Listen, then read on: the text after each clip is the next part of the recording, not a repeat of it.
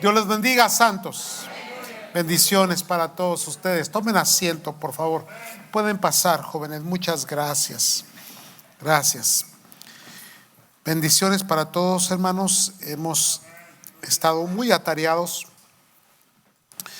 con las preparaciones para este sábado. Acabamos de terminar una junta previa con el arquitecto para la presentación del sábado, hermanos. Sí, es impresionante lo que viene, hermanos. Así que se van a gozar.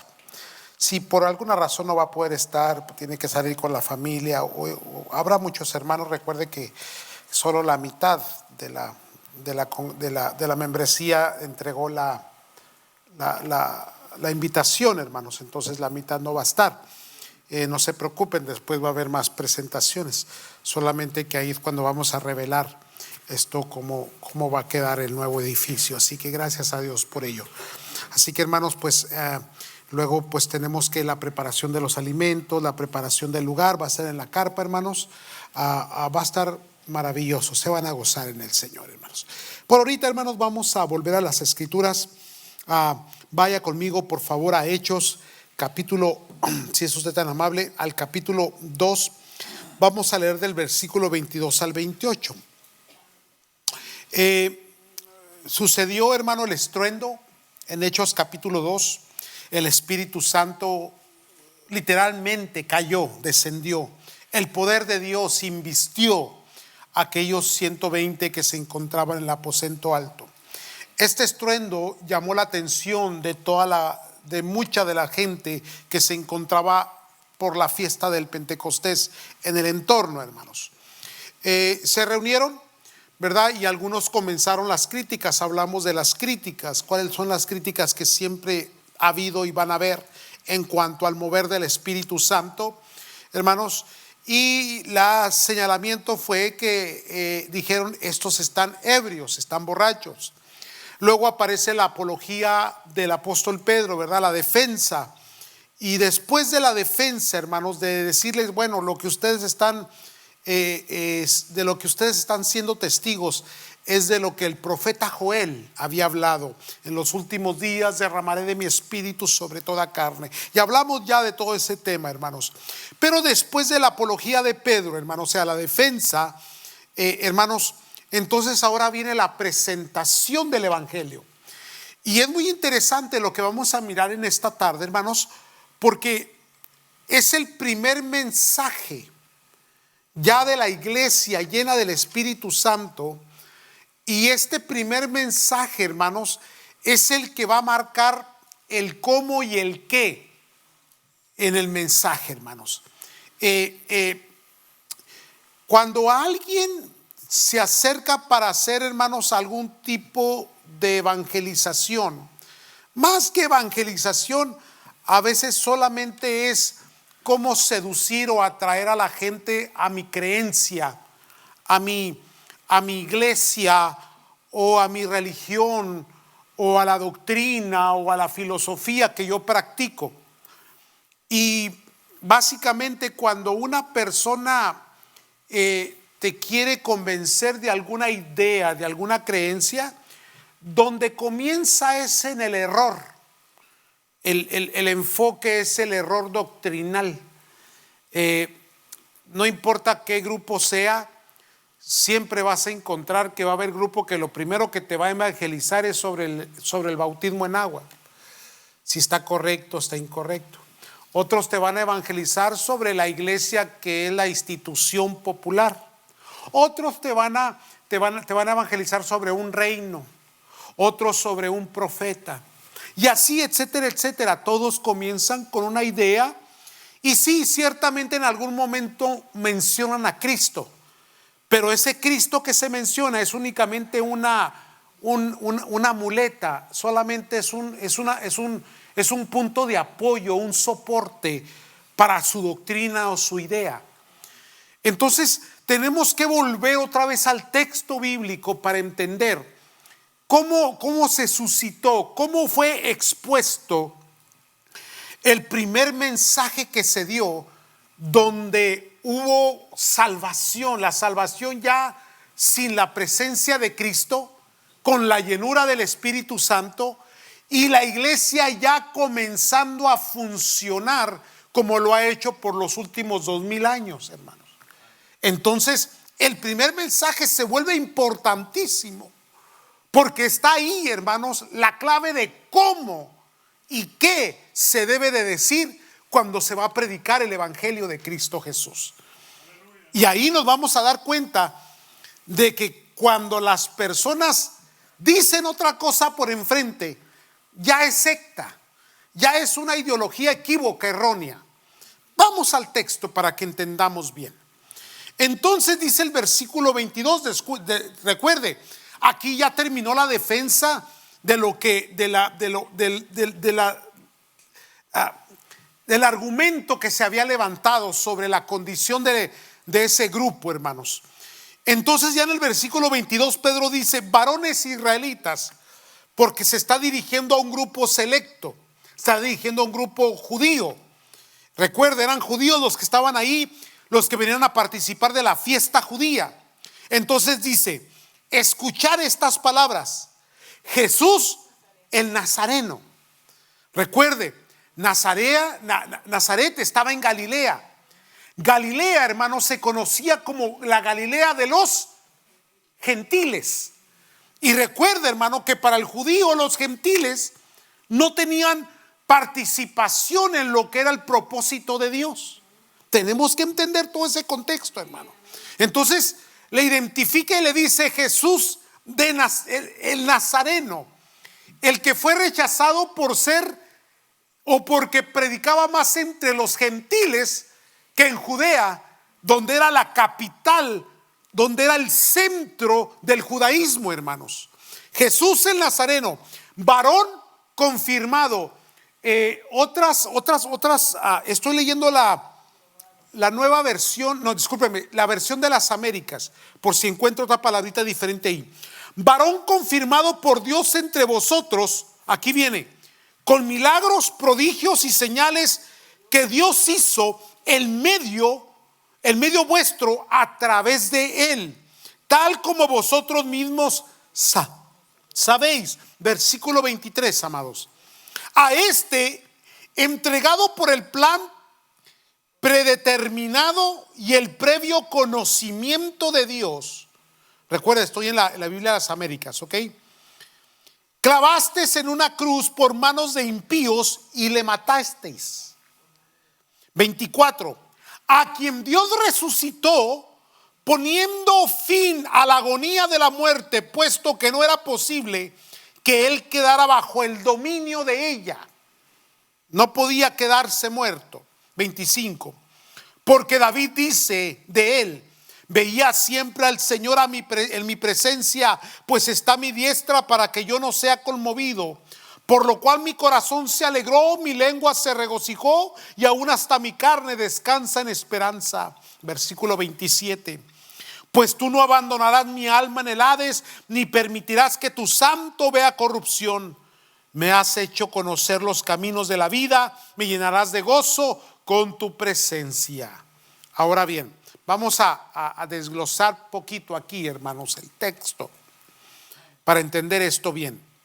¿Qué fue lo primero que hizo Pedro? Lo primero que hizo fue presentarles a Jesús, el que ya conocían, del que ya sabían, del que habían dado muerte por manos de impíos. ¿A qué se refería por manos de impíos? A los romanos.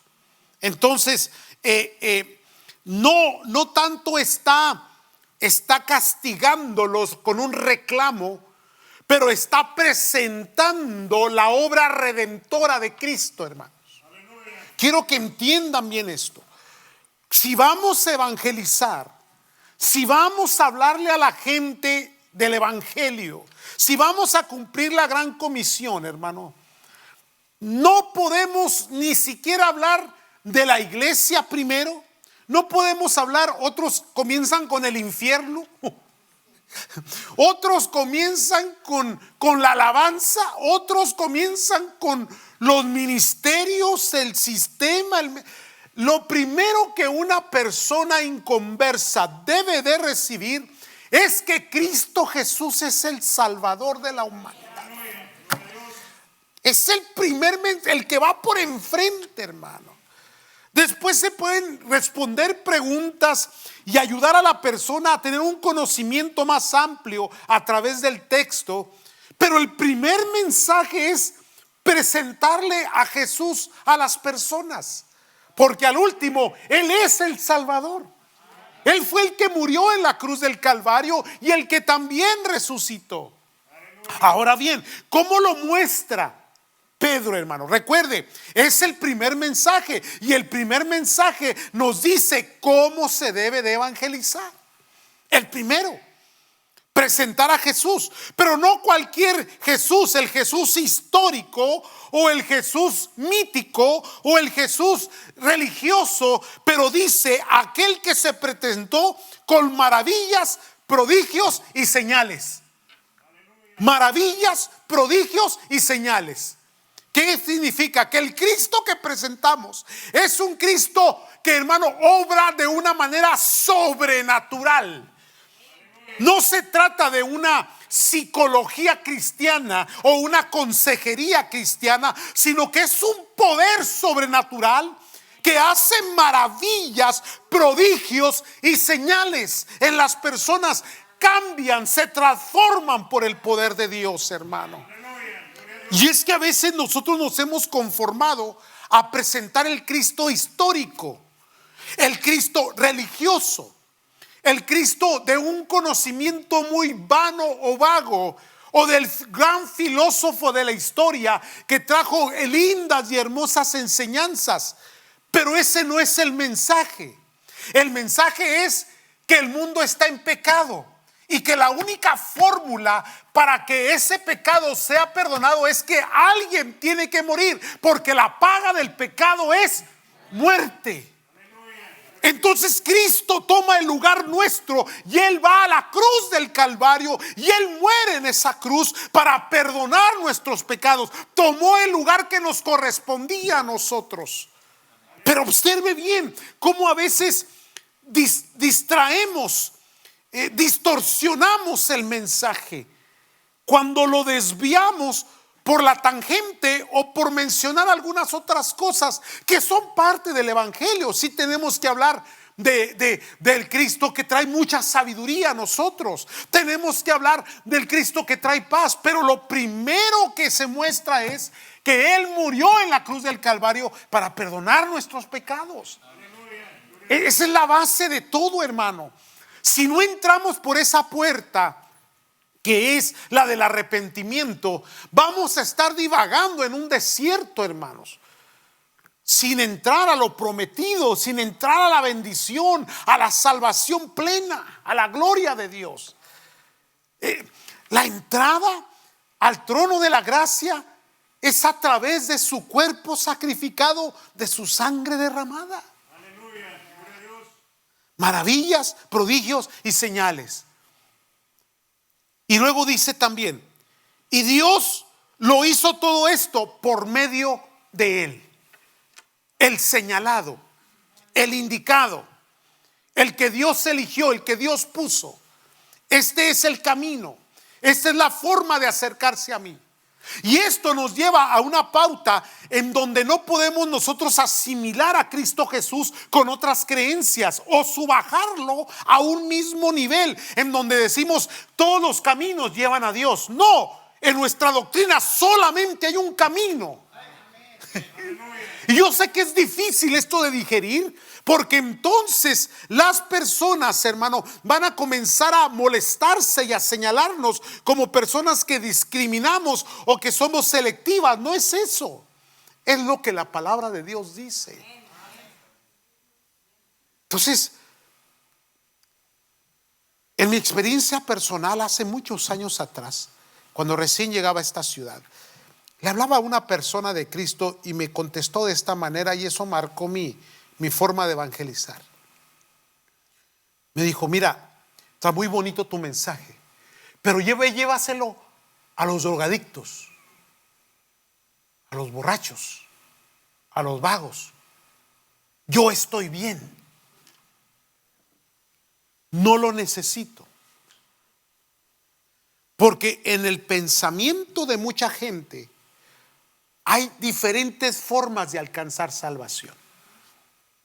Que eso es lo que hace la religión, las creencias. Si tú practicas esto, si tú te bautizas de esta manera, si tú haces aquello, si tú asistes a tal lugar, si tú recibes esto, si tú confiesas esto otro, si tú eres integrante de este grupo, tú entras. Discúlpame, pero bíblicamente no es así. Eso es una distorsión del mensaje, hermano. Por ello es importante volver a retomar las escrituras, retomar el texto y entender claramente, hermanos, que el mensaje siempre seguirá siendo el mismo. Que Él es el centro de todas las cosas. Él es, hermanos, el que puede salvar, sanar, levantar con maravillas, prodigios y señales.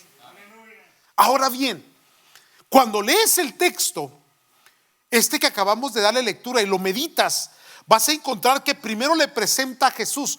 Pero ¿cómo lo presenta? Lo presenta en dos maneras: el que murió y el que resucitó. Y ahí llega la importancia de esto, hermano. Recuerde, otra vez, soy muy repetitivo, pero es necesario que mantengamos esto con mucha claridad. Cristo muerto y resucitado. Muerto para salvación, pero resucitado para otorgar la vida eterna, hermanos. Porque había muchos caudillos que habían muerto, muchas personalidades.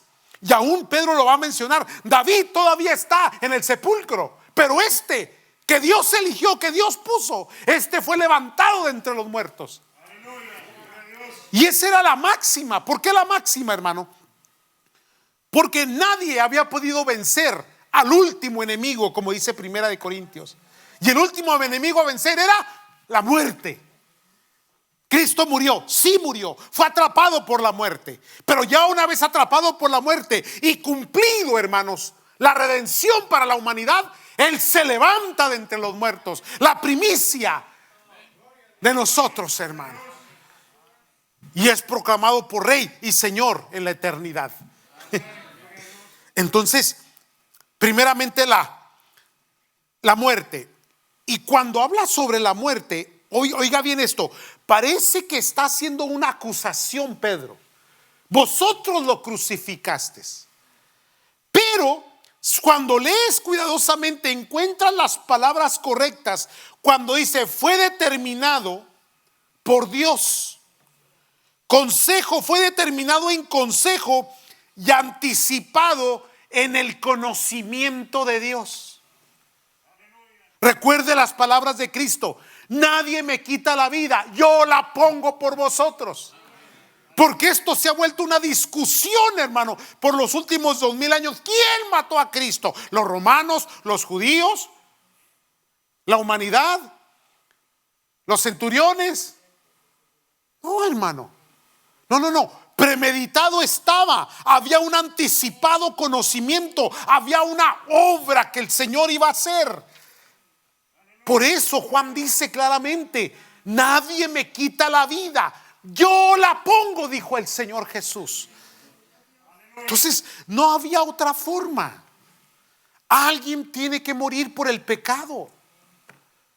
Y gracias a Dios que Él fue el Cordero, el sustituto. Mire, hay escrituras que la gente poco entiende. Cristo se mira en todo el Antiguo Testamento. Una de ellas muy especiales es Abraham con Isaac. Cuando Dios le dice a Abraham: Abraham, dame tu hijo en sacrificio. Cuando van ya caminando y dejan a los ayudantes, a los siervos, les dice: aquí, quédense aquí, yo y mi hijo iremos y volveremos. Desde ahí ya estaba determinada una fe. Abraham sabía que aún de las piedras le podía devolver a su hijo. Pero lo interesante es que cuando le hace la pregunta a Isaac a Abraham: ¿dónde está el sacrificio? Y esa palabra, Dios suplirá.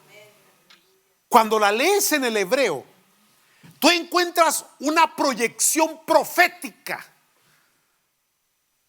El Señor se proveerá de cordero. Es Dios el que provee a su unigénito. La provisión. Entonces se volvió sustituto la provisión de Isaac. Así pasó en la cruz del Calvario. Muerte era para mí, para ti, por nuestro pecado. Pero Él se proveyó de cordero. Por eso en el Apocalipsis lo encuentras como el cordero inmolado. Y te quita a ti y se pone Él. Ese es el mensaje. Ve cómo las distracciones nos desvirtúan. No, es que es esto, no, es que es aquí, no es que aquella iglesia. Olvídate, no defiendas, no discutas, no pelees, no argumentes. Déjalos, háblales de Cristo.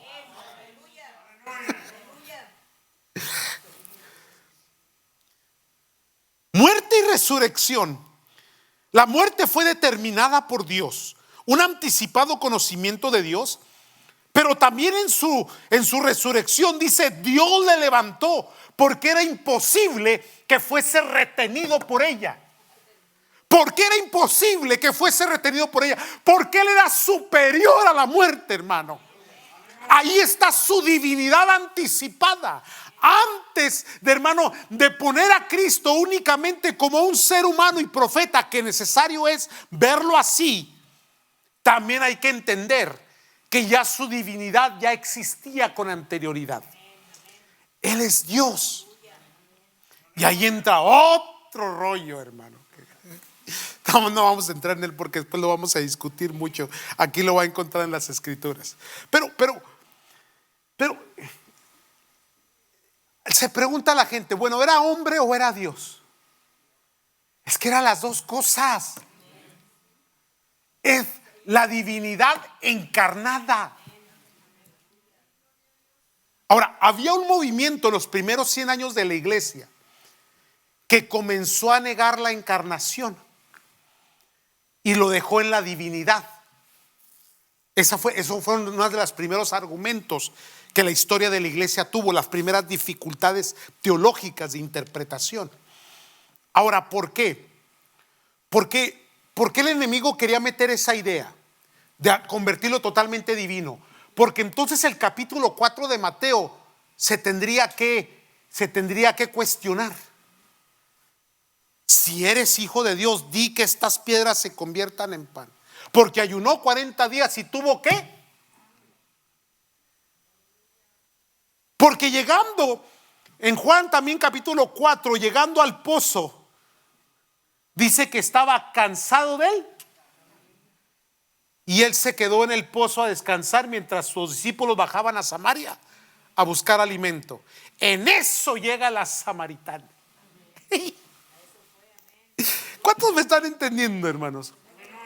Entonces encontramos a un Cristo tan humano. Porque en la cruz se le dijo y se le señaló, si eres, bájate y sálvanos.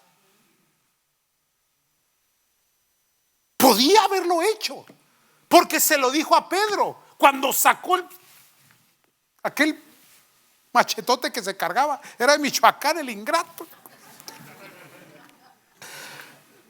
Hey, guarda tu arma, ¿no sabes que yo puedo mandar ángeles? Pero él renunció a su divinidad para convertirse en ese cordero, para que verdaderamente la salvación fuera completa y total para nosotros. Si hubiera sido una divinidad, no hubiera habido sangre y no hubiera habido cuerpo. Por eso es que encuentras que no vio corrupción. Ese mismo cuerpo se glorificó para luego ascender. Yo no sé por qué la gente se le complica tanto.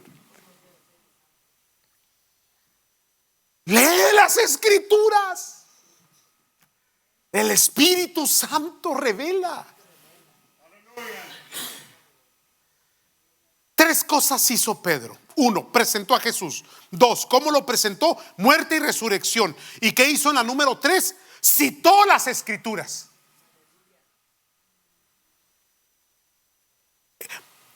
Es que todo tiene que ser respaldado por el texto, por el canon, hermano. Ahora, un texto fuera de contexto es sí sabe. Porque la entrada principal es Cristo, ¿correcto?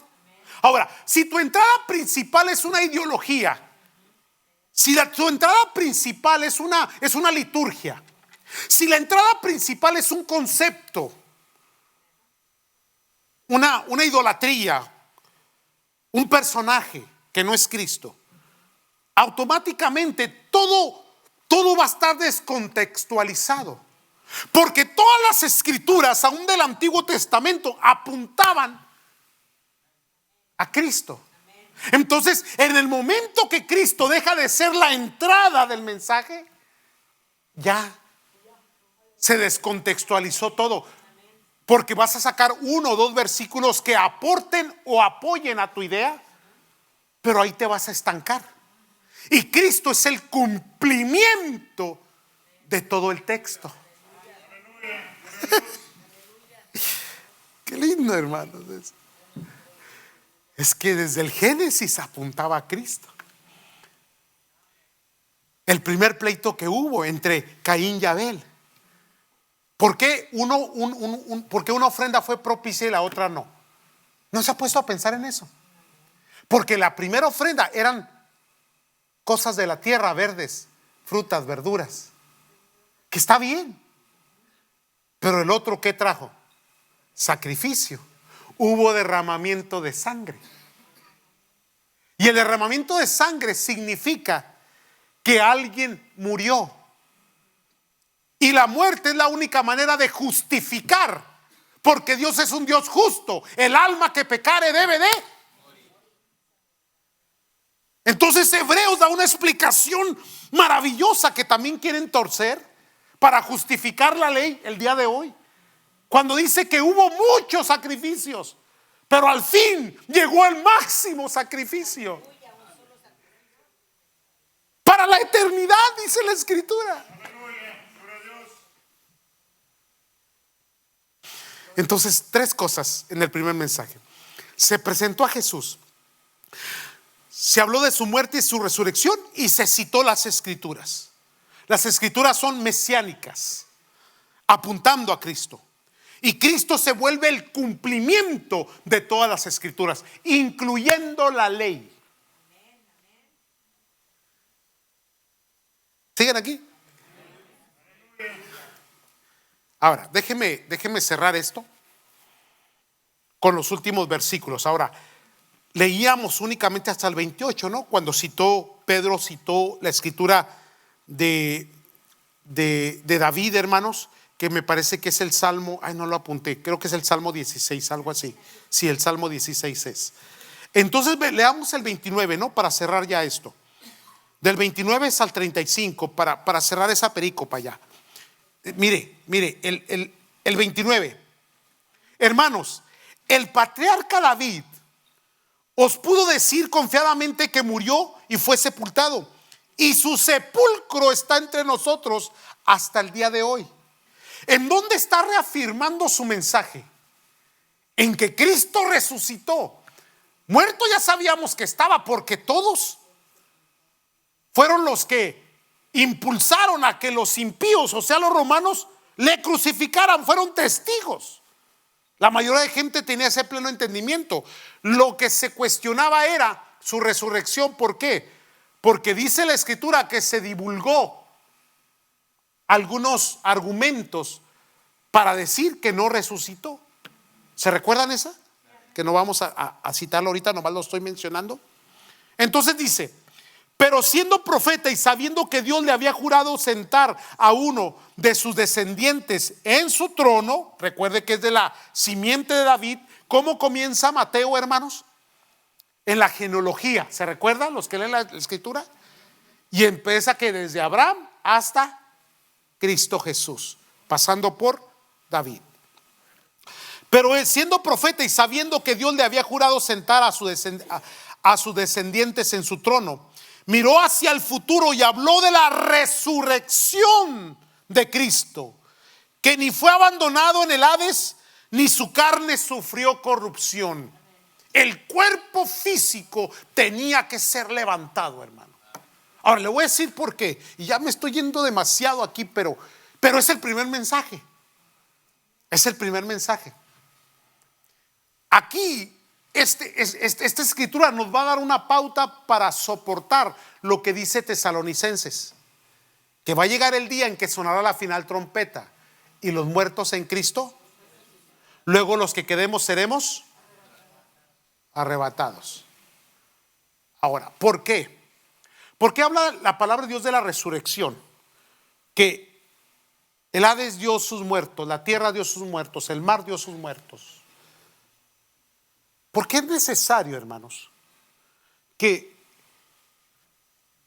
por ejemplo, en el arrebatamiento, literalmente tu cuerpo, si Dios nos permite, que no se vayan a comer los gusanos lo poco que tenemos, que nos queda, digan amén. No, ok. Si Dios nos permite ser la generación que Cristo levante, seremos en similitud a Cristo Jesús. Su cuerpo fue resucitado y cuando la mujer se le acercó, Cristo le dijo: no me toques, porque aún no he sido. Y él caminó y anduvo. ¿Y qué hizo? Traspasó muros. Y estando reunidos, dice que comenzó a ascender. Y aquí la escritura dice que ese cuerpo no vio corrupción. ¿Qué quiere decir? Que no se convirtió en polvo. Ve las posibilidades, siendo él las primicias. Un día se oirá la trompeta y nosotros los que andamos aquí, ¡pum! Y dice que seremos transformados. Porque carne y sangre no heredarán.